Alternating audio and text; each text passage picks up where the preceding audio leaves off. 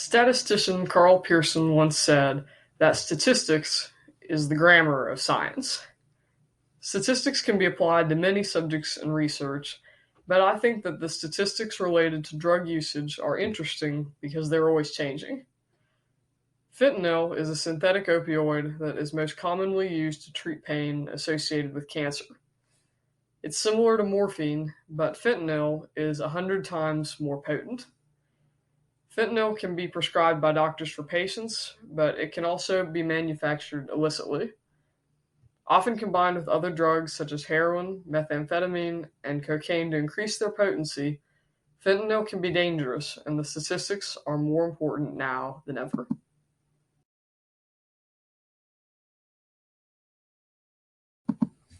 First, let's talk about how much fentanyl can cause an overdose.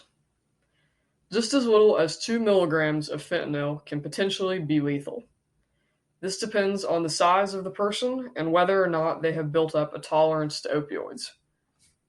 In most cases, though, 2 milligrams is enough to cause an overdose and kill the user. In the US, 42% of pills tested for fentanyl contained at least 2 milligrams. The small amount of fentanyl that is necessary to be lethal can be especially hazardous, considering the fact that fentanyl is often used to lace other drugs to increase their potency and effects. People using heroin or other drugs may be exposed to a deadly amount of fentanyl without even realizing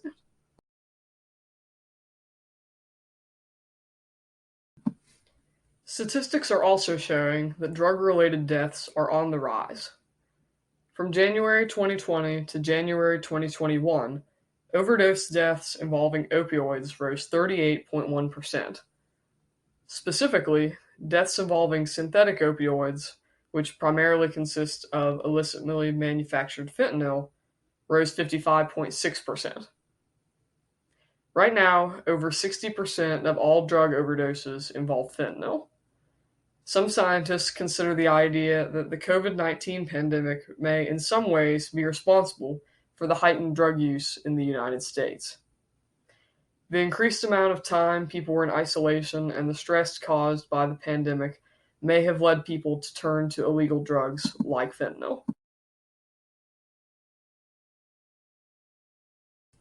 Additionally, there are many misconceptions about fentanyl use.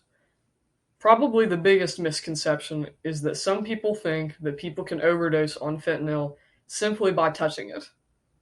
This is not correct. Fentanyl must be introduced into the bloodstream or the mucous membrane in order to be effective, and this can be done by smoking, snorting, or injection. The skin acts as a barrier to allowing fentanyl to be absorbed into the body, and the fentanyl is not able to have its effects simply by coming into contact with the skin. To clarify, carfentanil is a synthetic opioid that is similar to fentanyl. It is 100 times more potent than fentanyl and 500 times more potent than heroin. Because of its potency, there's some thought that physical contact with the skin and carfentanil might be enough to cause symptoms like lightheadedness and possibly even breathing difficulties and death.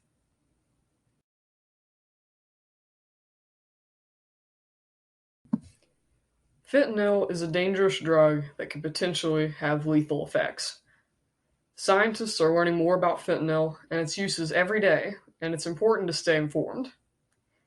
Being up to date on statistics can help you protect yourself and others, and at WVU, we want all of our students to stay safe. Being informed today can be the first step in protecting others tomorrow.